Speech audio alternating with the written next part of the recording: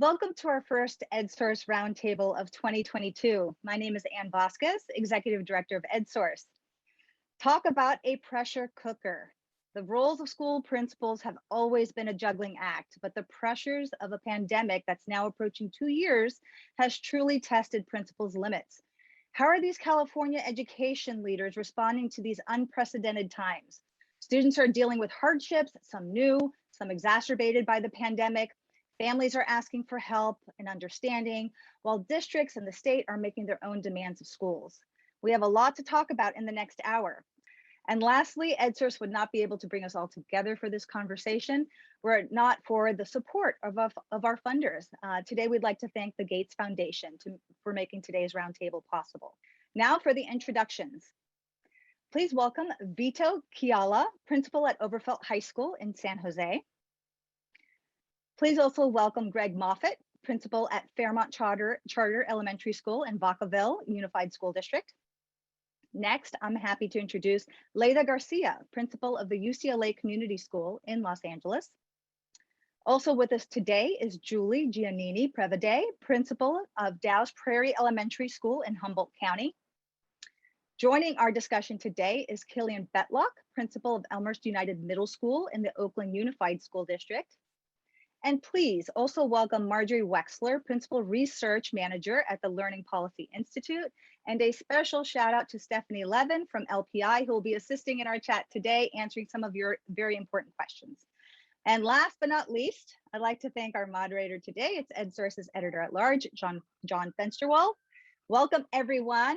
John, please take it away. Thank you, Ann.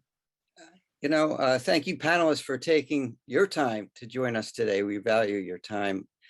And I've always thought that your job is really underappreciated, misunderstood. And we've known it is a high stress job, and it is even more so within the past 2 years. So in fact, let's have you describe for our audience, first describe your school, how many students, who attends, and then what's a typical, if that, in air quotes, typical day for you these days, and sort of talk about it for a minute or two and how it's different perhaps than the way it was before the pandemic, and you don't have to make the worst case scenario, just sort of a typical day that gets your blood going by about 8 o'clock in the morning. So who wants to go first? So I'm the principal at Dow's Prairie School in Northern California, really far Northern California, about an hour from the Oregon border. My school has about just under 300 students, and they are all in the TK through second grade range. However, before the pandemic, I was principal of a middle school for 9 years. So I think for me, the things that are different and that stand out to me in terms of what my job looks like is just how much time I spend dealing with logistics. I sort of feel like it's Groundhog Day, August, all the time. I'm replanning and redoing my year, throwing out schedules and redoing them. And I think the other thing that's hard is that a lot of the problems that I'm solving aren't problems that will exist in a month. So I spend a lot of time putting together really, dealing with lots of complex problems and bringing in stakeholders. And then that whole solution gets thrown out and it all changes again and we do it all over again. So I think, for me, the thing that's different about being a principal during COVID is sort of like this Groundhog Day nature of it, of just over and over and over again, dealing with logistics and staffing like it's the beginning of the year. I have a feeling it's the same for all the principals here, but Greg, give us an example of like a curveball, something that comes in a day completely unexpected that changes your day.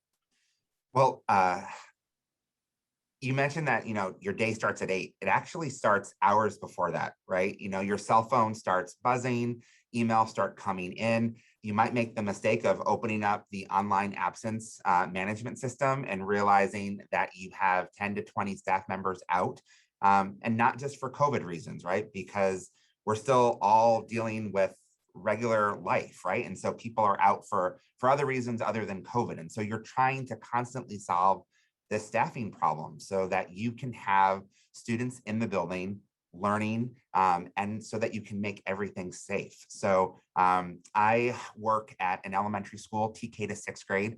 We've got about 591 students and 74 staff, and really it's solving this staffing Rubik's Cube all day long, and trying to make sure that you can keep learning happening in some way. And so I think that's the biggest challenge. And so my typical day is really not typical.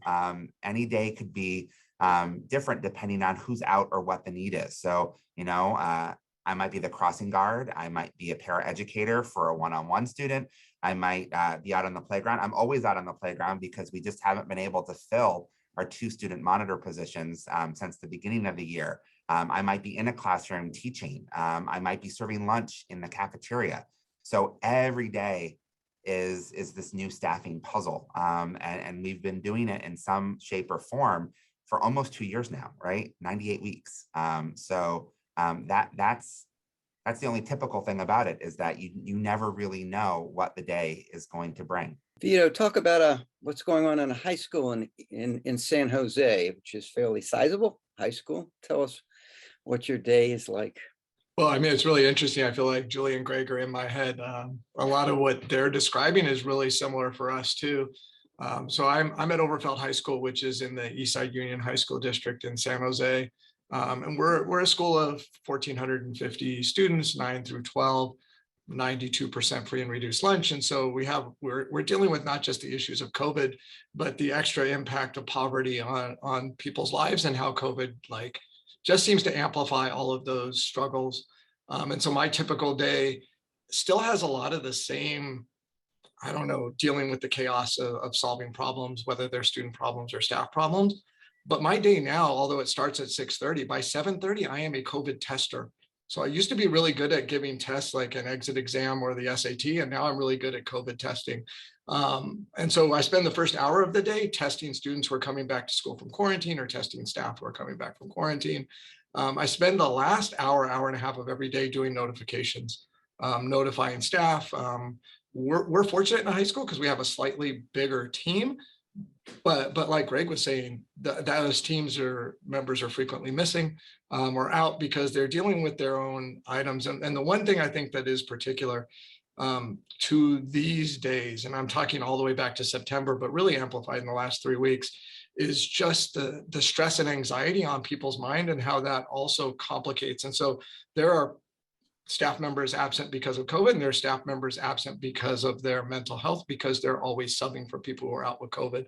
And for students, just the stress and anxiety of, I missed 10 days of school and I care about my grades, and now I'm really worried about that, or I'm worried about family members. And so I just feel like everything is amplified.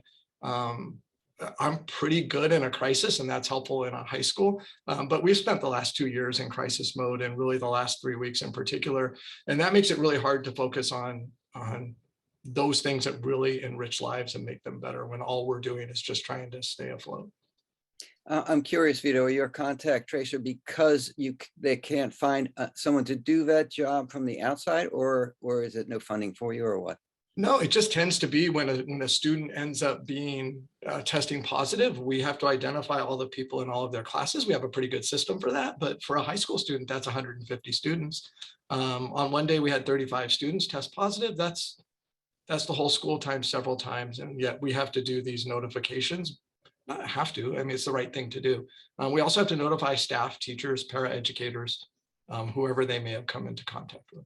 Later, talk about a community school, whether you go through the same issues here, or is it slightly different? No, I think very much the same issues, which I think it's helpful to hear. I think for what I would add is, and I think Vito kind of started talking a little bit about it, is sort of the space you have to hold both for the children and their needs, and having not been in school, we've really seen behaviors that we honestly hadn't seen in years.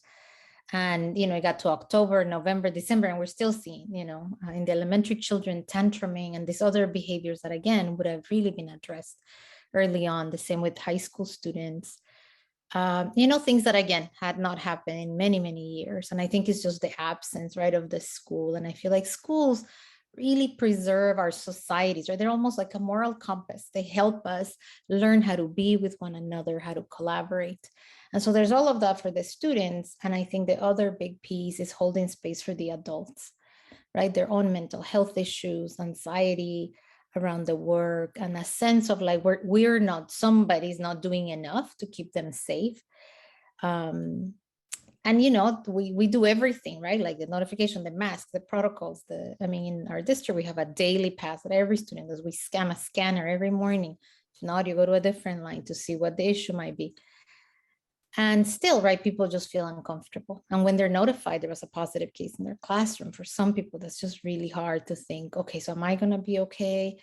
Even though, I mean, transmission's slow in schools, you still have to make space for that. And when people say, well, this isn't applicable, or we need more time for this, or more time for planning, more, like how to be flexible enough to make sure that the adults who are charged to, take care of our students are also feeling efficacious, and like they can also sustain this level of work. I feel like you're on adrenaline, or we have been every day since March 2020. Right. So Thank you. that. Killian, give us the perspective of middle school, where that fits in. Sure. My name is Killian Betlock, principal at Elmhurst United. We serve 725 students in grades 6 through 8 in East Oakland, unduplicated LCFF percentage, 97, 98%.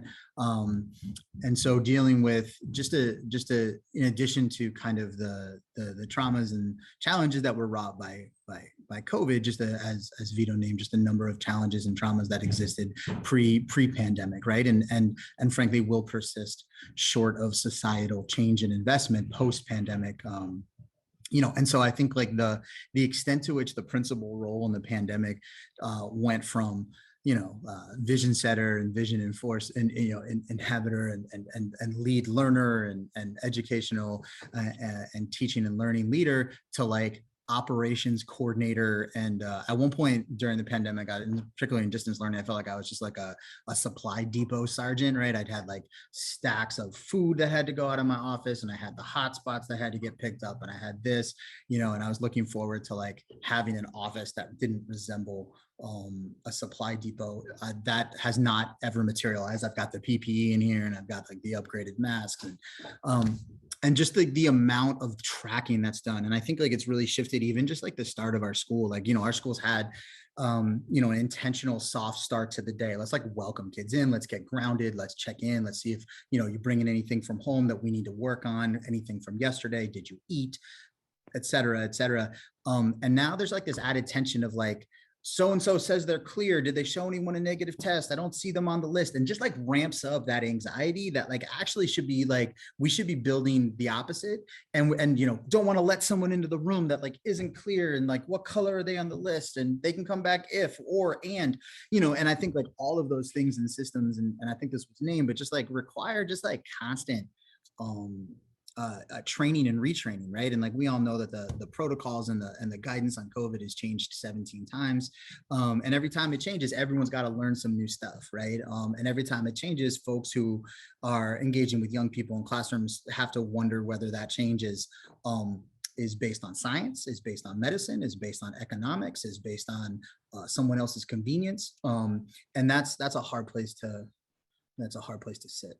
Yeah, it must be very frustrating for all of you. I mean, I know you respond to the cards you're dealt with, but still, in terms of what you envisioned when you became a principal and the kinds of things that you face now, has the joy gone out of your job? I still love working with young people. I still love working with students. I still believe education is the answer to creating a more equitable society. The frustration really comes from not being able to spend as much time focused on those things, and a lot more time focused on things that honestly in the big picture aren't as important right now, or maybe they're more important and that's why we do them. But that's robs us of joy in the moment. But I guess, at least for me, I hold out hope that at some point we'll be able to get back to just really doing the work that schools were created to do. I thought I'd throw in a question from the audience since they're already coming in. And there was a question about teachers and new teachers, and what advice might you give to someone looking to apply for one of these roles amid all the challenges of the pandemic? Any quick advice? Please apply, please, please. As hard as it is, as exhausting as it is, as challenging as it is still worth it. It is still an incredibly rewarding profession. It is a profession where we have the opportunity to make a difference in the lives of kids and families and for our communities. But know that it is going to be hard and it is going to be challenging. And just know that you're going to have to lean on your colleagues and to really come join us, please. We need staff right now. That is one of the challenges that we're all facing, is a staffing crisis in education. It had been in existence before the pandemic. It is certainly one that we are all dealing with now.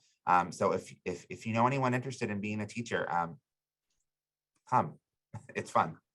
And I would like to add that we do know a lot about what makes for a good teacher preparation program, and looking for a program where you have a lot of support. There are residency programs that exist where you're getting your coursework, but you're working full-time with the mentorship of a strong, high quality teacher.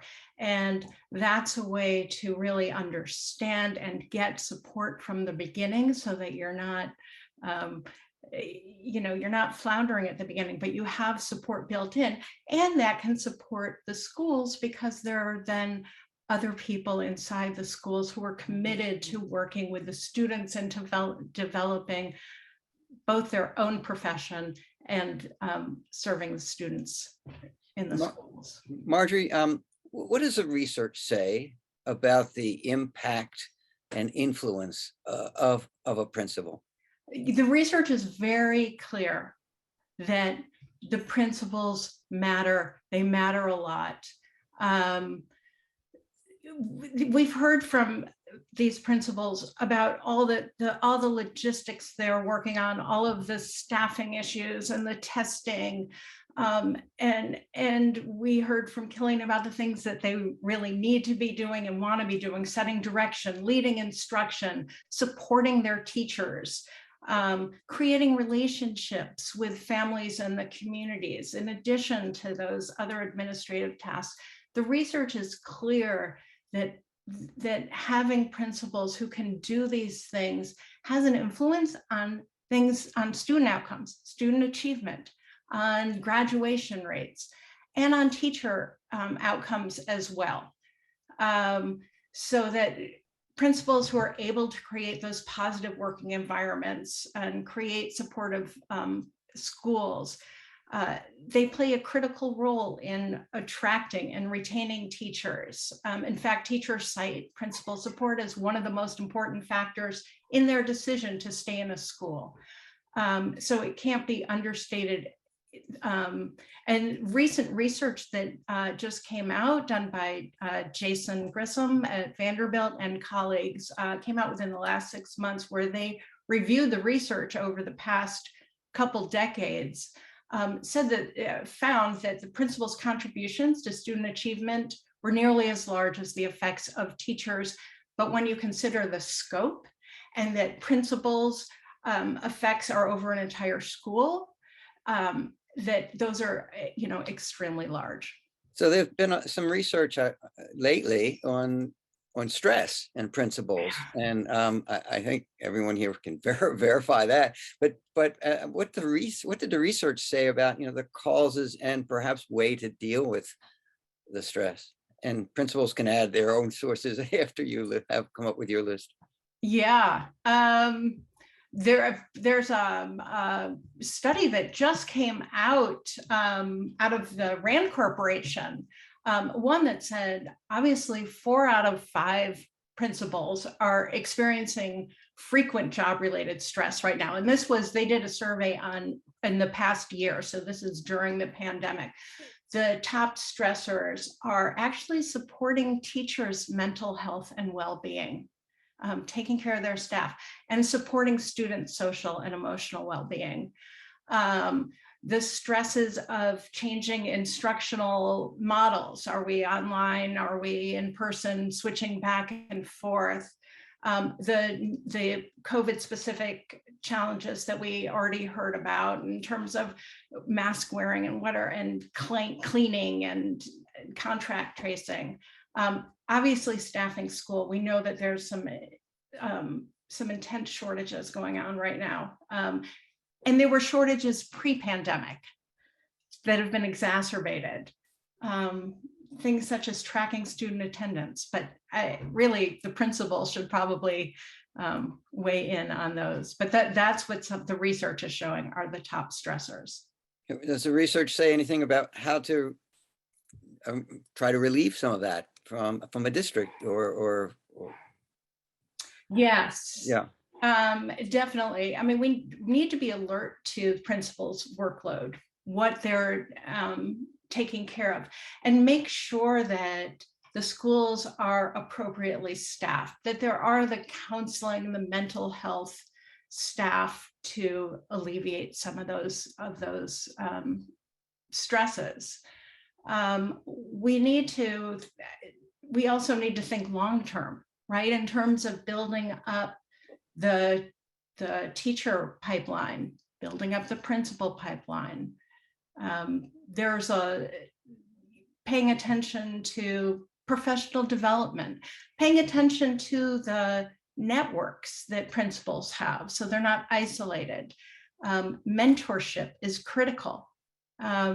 Research shows that teachers who are well mentored and principals who are well mentored are more likely to stay in their profession, to feel more self-efficacy.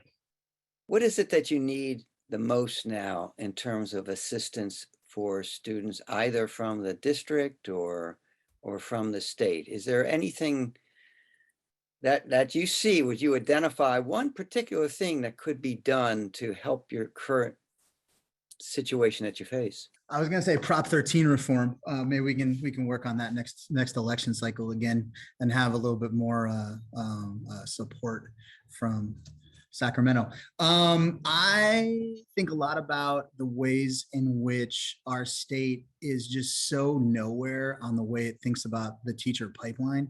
When we think about like the undergraduate credential stuff and the policy people will talk about Pell Grants, and that's fixable as long as we want to give up the cash cows of like this fifth year needing to get a credential, needing to go into debt. It shouldn't have to go into debt to be a teacher. It shouldn't be this expensive to be a teacher. It shouldn't be this hard to be a teacher. When we think about just like our complete lack of like a state initiative around how to access the huge number of after school program staff we have, who are much more likely than the average teacher to look like the community in which they work. There's a huge percentage of ACES funded folks who talk about being bi or trilingual, all skills that we're like desperately in need of. I think about those things a lot. And I think because, there's like enterprising district and enterprising school, like figure something out along those lines. And certainly I've hired folks like through those ways, but it just really seems like there's a lot of hand wringing around like where the teacher is going to come from. And it's like, well, what's our work, right? And like where are loan forgiveness programs? Where's that zero money down mortgage housing support for teachers? Where's some like real like critical thinking on how we're going to reform compensation so that it matches like, when you're 27, you want to start adulting and your step and column system is just like not getting you there. So there's like a million things I think about a lot. There's no shortage of need at the site level around additional supports for young people and maybe thinking differently about how many kids we ask teachers to see every single day and the cumulative impact of that. But those are big time reforms, but it seems like there's some like super low hanging fruit and some real easy things that like lots of other states do to bolster their teacher pipeline that we could and should be doing, not to mention Prop 13 reform. Yeah. Anyone else on this particular question? Well, let me ask you this. There's a perception, there's a lot of money that was given one time by the state about $25 billion. So one could assume many people would say, well, that certainly should have solved problems short term. Has the funding made a difference to you? Has it come down to your classroom, and either in what form, and is it not enough, or what are you missing? That's what I'm trying to say, to get you through this pandemic. What do you need? No, I mean, the one-time dollars are wonderful, but you can't build and sustain on them. And I think the thing we probably need to make our lives more sustainable at the teaching level and at the leadership level is people who we can depend on year after year. And so that would help us get our student ratio to staff down lower, get our administrative tasks spread out more evenly. I don't think this job is undoable. I think it's really hard to do it with the number of people we have. And so for years, we've depended on the heroism of educators to make schools work. And at some point, being a hero day in, day out is not sustainable. And if we want people to choose the profession and stay in the profession, we have to make the job work sustainable day in, day out. So one-term dollars are great, and we've done some really amazing things with them. And we've been able to create, I don't know, summer school programs and enrichment programs where we're able to bring students back to school and get them out of their houses after being isolated for so long. But at the end of the day, those dollars are gone, and then we're left with the same problems we had before, except stress on staff means that even the staff we used to depend on is like, what can we do next? Where should we go? So that's my thought. Yeah, and I might add to that, the one-time funding. So I make class sizes really small for 1 year, and we're magically going to fix every kid's problems in a single year from the entire pandemic and from before the pandemic. And now, now we're going to let all these teachers go. I mean, the one-time funding is really not effective. It's great. It was great to have smaller class sizes this year and to have that extra support. But I would add to the teacher pipeline is that I think that I'm a huge proponent of the fact that we need to get in the business of training teachers, not this idea that somehow teachers are going to learn everything they need to know in a year before they've ever really been in a classroom, and then that's over. It's not real. That's not how it happens. I think we need to get in the business of training teachers. And part of that is getting away from this model that says teachers' time is only valued if they're in front of students. Like coaching, instructional coaching in our schools, ongoing professional development, and time to plan and collaborate within the day are vital, especially if we're going to start pulling the teaching force from these creative areas that my friend Killian is talking about, right? So we need to restructure how we think about teacher training and how we think about ongoing education for teachers so that they can be the best teachers they need to be. And we don't have to do this like pre-service model that has never been particularly effective.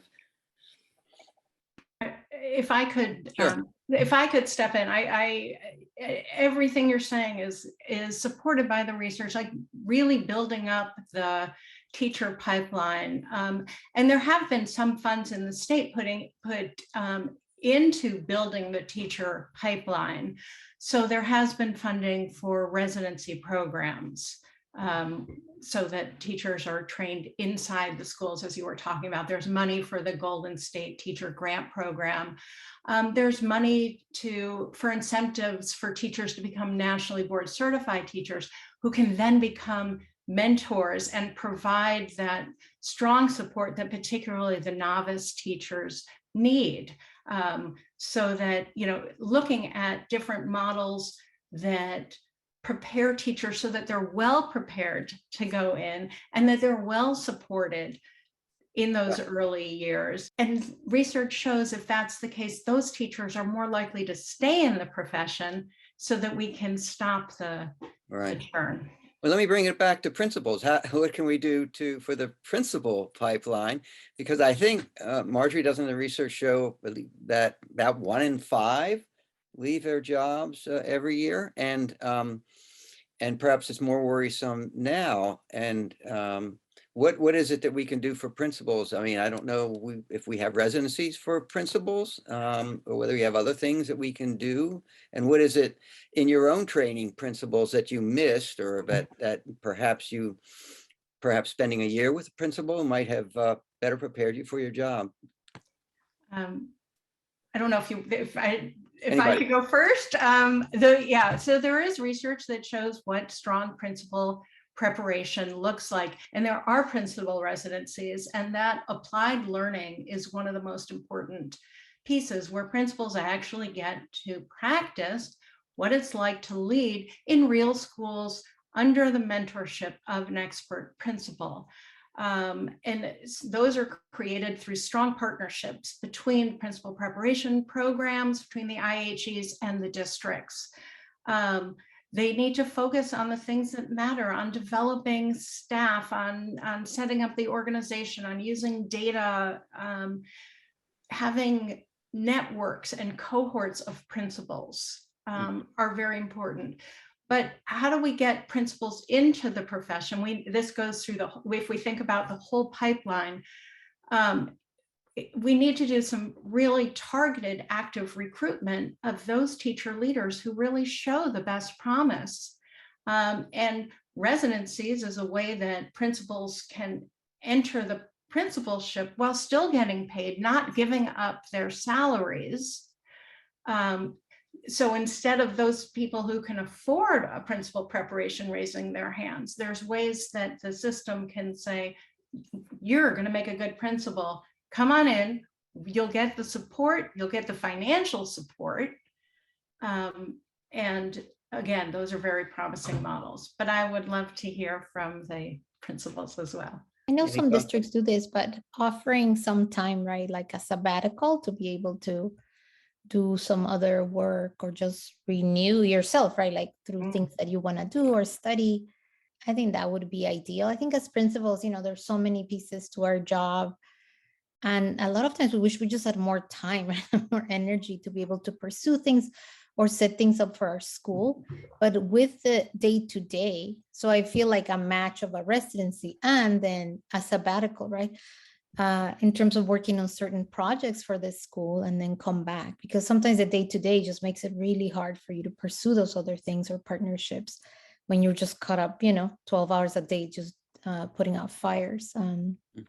So I think seeing the whole profession as like, how do we continue to enhance our learning opportunities and enrich them by also taking breaks and sort of appreciating the scope and the difficulties of the job and really honoring that. I think in that way. I feel really lucky that I work in a district where there are 9 other elementary school principals, and I rely on them daily. They are a phone call, a text message away. I could not do this job alone, right? But I am the only principal on my site, right?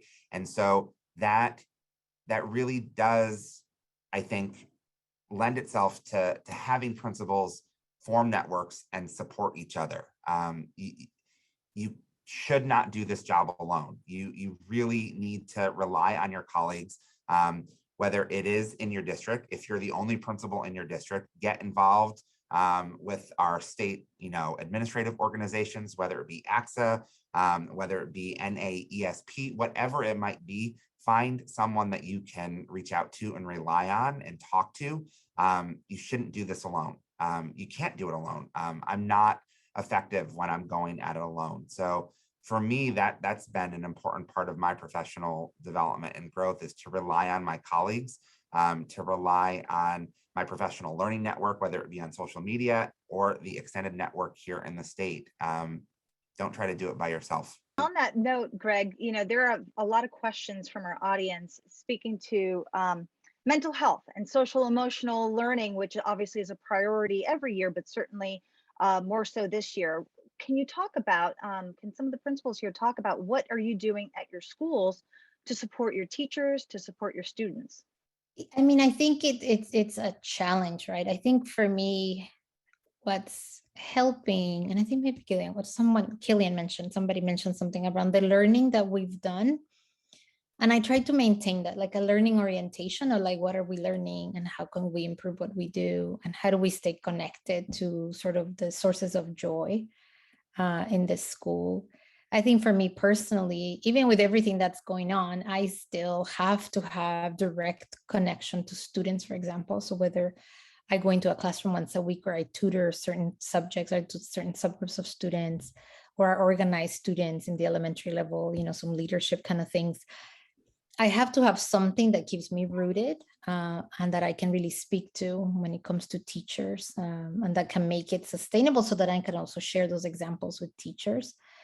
I also think we just have to be honest and offer, right, whatever, teachers may need at the time. And if they need a day, even though we know there's not going to be a sub, I know that sometimes you just need to go, or your child's sick or your partner's sick.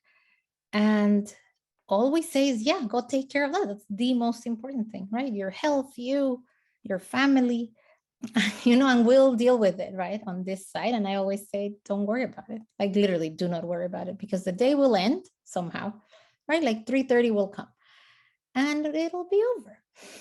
We'll see what tomorrow brings. So I think in some ways, knowing that it is so different, it's like Groundhog, but then also with a new challenge every day. It's like repeat plus like 10 new things, that that's all you can do, is just sort of embrace. That's what one of my AP says, let's embrace today's challenges and stay open for that. But I do think it's hard, and sometimes people can think that you're being almost too positive or trying to be like, oh, everything's fine, and it's not that. It's not that I'm trying to say that everything's okay. It's more that I'm trying to leverage all our assets and strengths, and that if we all come together, then it'll be much more manageable, right? If we're all trying to be supportive of each other, maybe you're covering today, but you don't know if tomorrow that same colleague will be covering for you because of this constant, in and out. Later, you had mentioned that you're seeing a lot more acting out and kinds of behaviors that you hadn't seen in a number of years. And I'm wondering if other principals, I can only imagine what it might be in middle school, Killian, and how you're dealing with that. What do you, and do you have enough help? I mean, Vito, I guess, there are more counselors in East Side Union. That was a very specific request by a number of people. I mean, is this enough? And how do you deal with these kinds of behavioral challenges that you're facing? I can start with that one and say we expected students to come back, and having spent a year in their homes and a year not in a school setting, that we were going to need to work with them and, reestablish our school culture and build norms. We expected that. We did not expect that it was going to take months, and that we would still be trying to get students to understand what it means to be in class on time and to stay in class and to focus. And, and that's also teachers who also spent most of last year at home teaching from home and getting used to that pressure cooker of like, you don't get to go to the bathroom when you want to, you've got to wait till the bell rings. And so I think at least what we at Overfelt, and me in particular, underestimated how much time it was going to take to reestablish a school culture. Just embracing the humanity of everybody in the system and understanding that, hey, these 15-year-olds, last time they were in this situation, they were 13, and a lot of growth that could have happened didn't happen during that time. And now they're back thrust in with their peers, and the social media that they were using to contact each other is still there. And it's been an added challenge on top of everything else, and also a real opportunity, I think, to build for the future. It just takes a tremendous amount of time and energy. By build, what do you mean, Vito? Well, I mean, you can't say that school cultures were necessarily healthy and sustainable before the pandemic. And so can we come back in a way where the relationship students have with adults is healthy and sustainable and moves us forward as an entire school community, each with our own roles, as opposed to more of a hierarchical system that excludes other certain groups of students and includes others? Can we create the culture that we want in a school? And how much work does it take without us falling back to sort of, we always did have these old ways of making students comply, right? And that's not who we want to be coming out of the pandemic. So how do we gracefully create norms and culture that lead to success as a community, if that makes sense? Yeah, it does. Julie, how does it affect the youngest children coming to school in terms of the behaviors and how you're perhaps changing what you would have done in the past? Yeah, I think what we're seeing a lot is the challenge, two things that I see over and over again. One, that some of them were 3 and 4 when the pandemic started. And in that moment when they might have started to individuate or have time away from their families or have time with others, they didn't. And so they really sort of extended toddler land for a while, you know, and until they got to first grade. So it's a huge leap for them to go from, you know, this 6 years of really being in the home with mom and dad and, you know, having all of their basic needs met, and now first grade. And we need to learn to read, and we need to do all the things that we need to do in first grade. So we're seeing that. And then we're seeing a lot of struggle with peers because they haven't had those opportunities. I mean, I think that's across the board. But in particular, a lot of aggression with peers, a lot of frustration because they really haven't built up sort of some stamina with being irritated with their peer or not getting what they want or not being able to play with the toy that they want to play with because they've been in their house by themselves playing with whatever they wanted to play with for the last 2 years. So a lot of those behaviors for the littles and a lot of frustration from families. You know, if there's aggression on the playground, then that's seen as, you know, a problem clearly. But they're also, you know, they're all struggling with those skill sets. And then it's hard to have those conversations with families who don't want anybody to struggle with aggression on the playground, even though little Greg, kids do that. Greg, is that the same in your middle school and for the older children too? Yeah, and I think what adds to it is that we see these behaviors and everyone who is responding to them, the adults in the child's life, the teachers in the child's life, the rest of the school staff, everyone's exhausted already, right? So we're often asking ourselves and trying to really reflect, are we co-regulating with the child or are we co-escalating? Are we making the situation worse or are we making it better? And that takes a lot for an already stressed adult, right? The parents at home are stressed. The adults in the schools are stressed. So really having to think about the mental wellness of everyone, right? Not just the kids, but the families and the school staff, because the kids are looking to us to figure this out. The kids are looking to the adults in their lives to give them some sense of stability and some answers. And we don't have the answers right now. The things are changing all the time, right? And how we respond to that as educators, as parents, as community members, it really matters. And a lot of adults right now aren't really responding in the most helpful ways or healthy ways because we're so stressed. Dr. Michelle Borba, who wrote the book on selfie, often writes about how when anxiety goes up, empathy goes down. There's a whole lot of anxiety in all of the world right now and not a whole lot of empathy. And I think that's what we're really trying to teach kids and the adults in their lives, that we really do need to be a little bit more empathetic and a little bit more understanding because we're all dealing with this right now. Yeah, Killian, final word on this particular issue. Yeah, I mean, I think just like, you know, when we're thinking about school culture, trust was such a huge part of that, and relationships are such a huge part of that. When you think about the people that you're in deep relationships with, they're folks you've known and have been in your lives forever.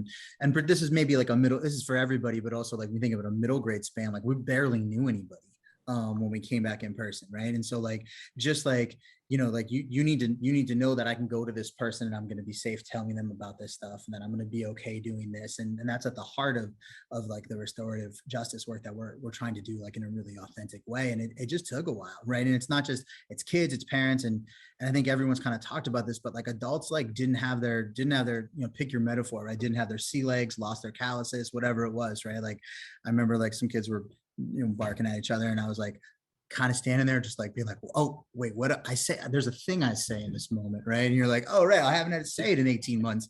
And so and that just also means that you're working harder, right? That the stuff that kind of was on autopilot is now like stuff that takes a lot of effort. And when you talk to young people and you ask them like what's so hard, they're saying it is really hard to be around other people. And they've lost all of their same things for just like And then particularly when we ask young people to work across difference, to live across difference, to interact across difference, it's a lot.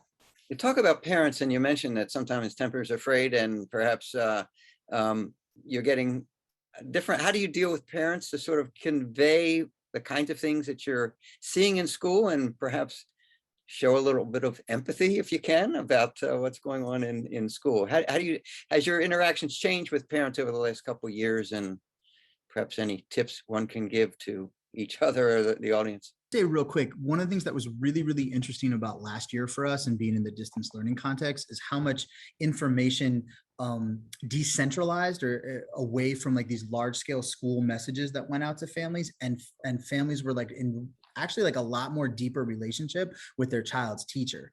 And whether, you know, we had advisory systems before, but like that actually really became a much more deep thing. And I think it was incredibly stressful on teachers who didn't usually have to manage that type of interaction at that level, and certainly not at that detail.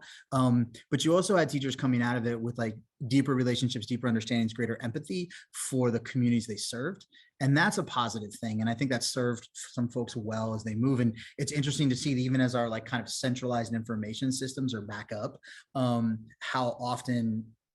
much that I've actually gone into the weeds in sharing info with teachers, because families are still reaching out directly to their kids' teacher around stuff, as opposed to some of the other systems. You know, I mean, there were points where there wasn't a front office to call, right? In the past years, like it was closed. So I think that that's just been really an interesting thing. And I think we've all been on the situation of, you know, in the same few moments getting yelled at for having a dirty school that passed COVID to somebody, and then also being yelled at because you told a kid, you know, you told someone's kid that they couldn't come to school for 10 days, right? And so you're getting both of it at the same time. And that's always a joy. Obviously, technology has been used in the classroom, but certainly the pandemic sped things up and changed things in a certain way. So how are you currently using technology, not only to support the students, but to help your teachers and help your teams? That is one of the positives that came out of the pandemic was our use of technology. I'll always say that low-income communities suffer because they're really depending on school-based technology. And so they don't have MacBook Pros, but they do have Chromebooks, and every student has one. And in the last 3 weeks, we've seen that teacher use of Google Classroom that was established over the pandemic really help students who are at home for 5-10 days. And when those students come back, help them to catch up, and when their peers go out. So the technology, it's not unusual to go into a teacher's classroom and see them using a technology tool that they needed over the pandemic. And that's really useful for, I don't know, getting all students to give feedback and chart that on a screen instead, on a projected screen instead of on a small screen. So I think most of the technology has been beneficial in terms of especially our ability to sustain through sort of the ups and downs of this year. I would say, like, for TK2, we have pushed way back on that. And, you know, in order for kids to learn to read and learn to write, so many kids with fine motor issues because they haven't been writing and they haven't been practicing those letters, and they haven't been doing sort of some of those basic skills that they need that really help them learn to read. So we've made a real, you know, yes, some of that technology is still happening in the classroom in certain ways, but a real effort to push back and you know, get pencils and crayons and scissors in kids' hands and make sure that they're having access to that part of their education. So with all the challenges that you're facing, how do we deal with the, I don't know, call them setbacks in learning, whatever we want to call it, and what's the principal's role in leading that response? I mean, I think creating a culture where we meet kids where they are and address their needs, and providing teachers that just-in-time support and instruction and learning that they're going to need so that they can do that.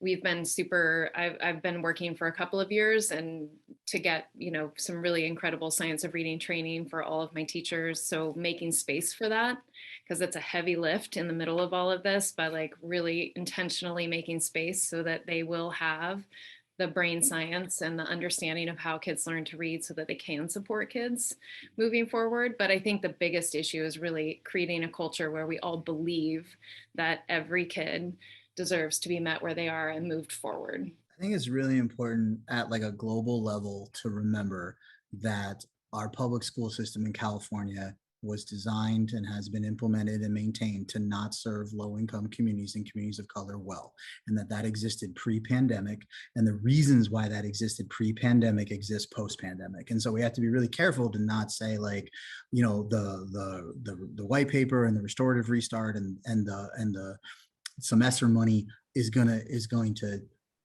to address what hasn't been addressed structurally and at its core since before we heard the word COVID.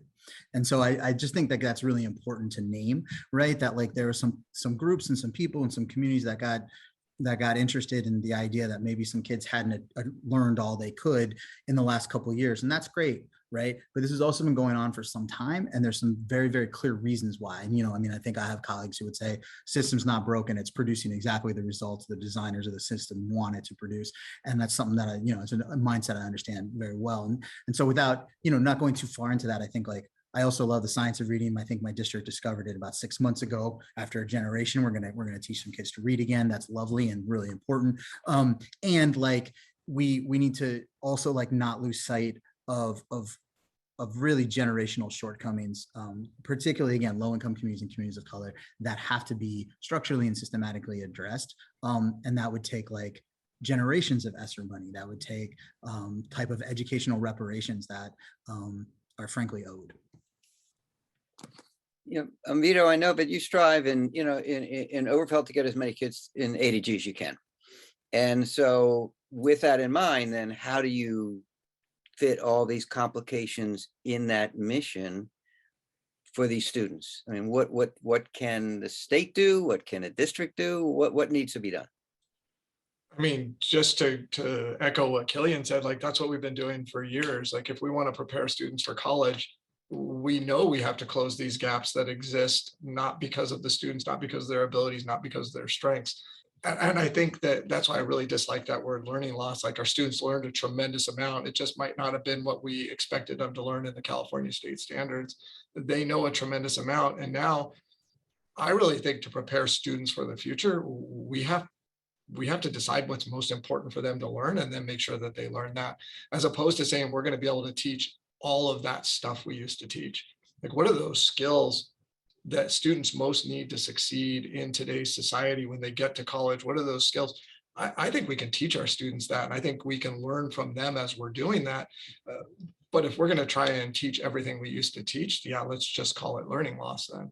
I think we have a tremendous opportunity to transform what we expect in schools and what schools expect from students and how we support them. If we take advantage of it, I'm not optimistic that we will, but I think each of us in our own realms as principals, we have a little more autonomy to make those changes. Districts do as well, the state could. But when you get to the local level, that's where we probably have the most control to really impact our students' lives in a way that means coming out of this pandemic doesn't mean we have to be the way we were.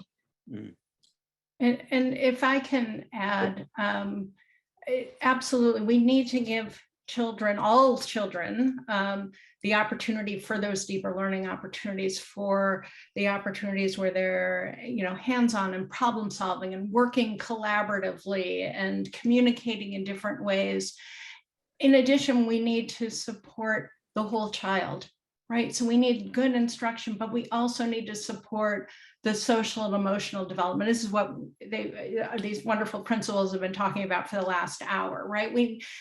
For them to learn academically, for children to learn academically, they also have to be healthy. They need to have, strong mental health supports. And we really need to put that full child at the center of the classroom. And that's the way that they'll be able to fully develop into happy, healthy adults. I would add that we begin from a place of strengths and assets, right? That's seeing students for all that they bring historically, their histories, their languages, because I think oftentimes low-income students, like myself, we're always told what we are not and how we're deficient or what's missing rather than what is there. And that's because the standard that we get measured up against is very different. And so I think, yes, the whole child, but also the whole child to see the richness of that child, as opposed to always think that, you know, kids of color, low-income kids are somehow deficient. And so that's why they need to be seen holistically. So I just always, you know, want to make sure that the rhetoric and the actions that we engage in are from an asset-based perspective about who, you know, our communities are and who we are as human beings. Well, you are a community school, and you do take that approach in a lot of what you do. As we wrote about in EdSource today, there's going to be a lot of money for community schools to deal with this whole child approach that that has been mentioned today. Would you recommend to the principals that they pursue a community school, which has perhaps potential to bring in some of these resources to the school that haven't been there in a way that hasn't been done before? Is this something that you would encourage other principals to lobby their districts to look into and seek that opportunity? Certainly, I think we always need sort of the additional resources and partnerships. And I would add that to me, being a community school begins with an orientation around how you work with and in accompaniment of a community, rather than come to impose, you know, our own values about what it means to be successful. So I think beginning with the right orientation of how we work with communities and serve students and families and partners, right, that we want to be, you know, in partnership with, I think that's the first step. And certainly I think it's a lot of opportunity. I just hope it doesn't get sort of distorted into just like, for 3 years, you get these 3 things and then it's gone. But again, you really haven't changed anything systemically or structurally to support students long-term and teachers. And, you know, you have to build the whole community and your teacher leaders and student leaders and parent leaders. Well, I will say, I you know, since we are right now approaching the hour, what I've heard here, and we have been hosting roundtables. We've been trying to do it monthly, and that's our commitment for 2022. But we continue to hear the importance of showing grace, right, and kindness to each other at all levels, and these unprecedented times really require that. So I think you'll see in the chat, there's been a lot of questions. There's been a lot of gratitude shown for the time that you all have taken out of your day to be very frank and be very honest about what it's like today, being a principal and the many challenges that you all face. So thank you to all of our panelists. Thank you to those behind the scenes who have made this roundtable work, and to our wonderful moderator, John, and also to the Gates Foundation again for making these types of conversations possible. I hope you all have a wonderful week. Everyone in the audience, please be on the lookout for our story and video coming out of this session.